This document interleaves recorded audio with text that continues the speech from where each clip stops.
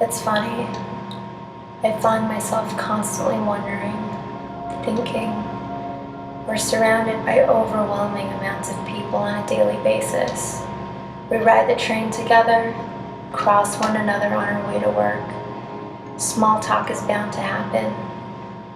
It's sometimes painfully uncomfortable, but not as much as gaps of silence can be, and we become so anxious to fill them. Rarely is it meaningful or deep.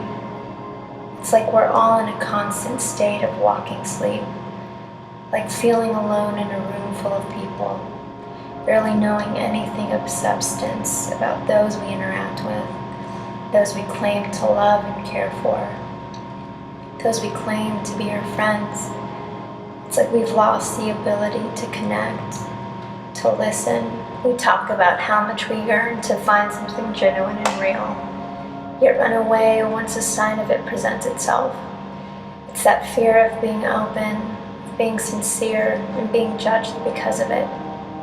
It's that constant struggle between the ego and the self. I'm guilty of it. Virtually all of us are. But I'm beginning to awaken. I crave to listen and to love unconditionally. So with this, I called a friend whom I call a friend, but barely know a thing about. Here is his story. So what's your name? Slate. Yeah. My name is Kenny Santucci. Mm-hmm. What do you do?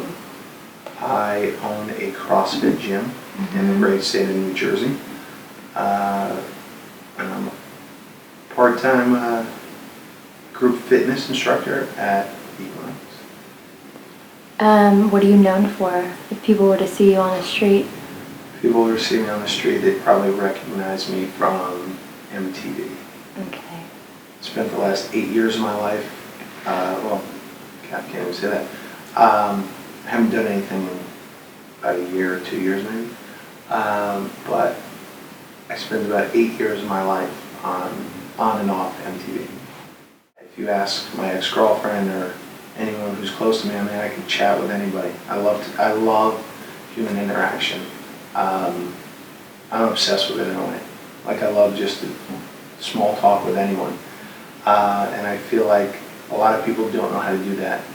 Sometimes I put people on the spot because unless their face is buried in a phone, they really don't know how to interact.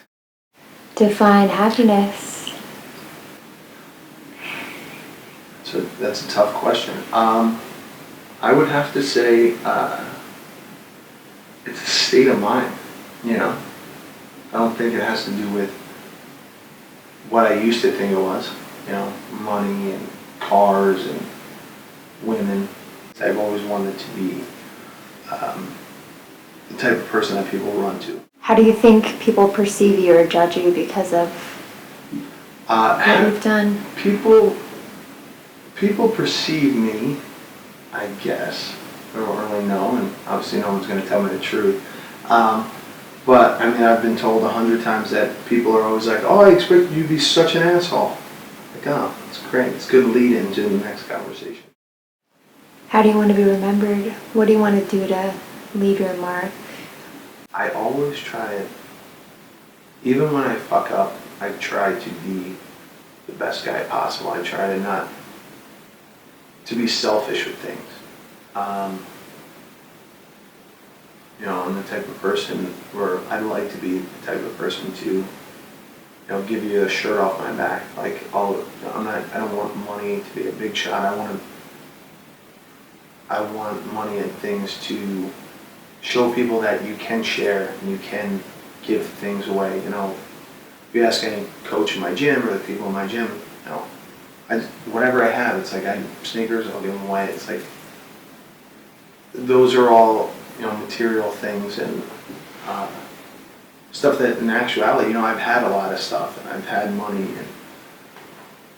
and was I necessarily happier then? No. So if you could change somebody's life and make them happier and, you know, show them that there are still people in the world who are willing to help you out. I mean, I try to help everyone I could.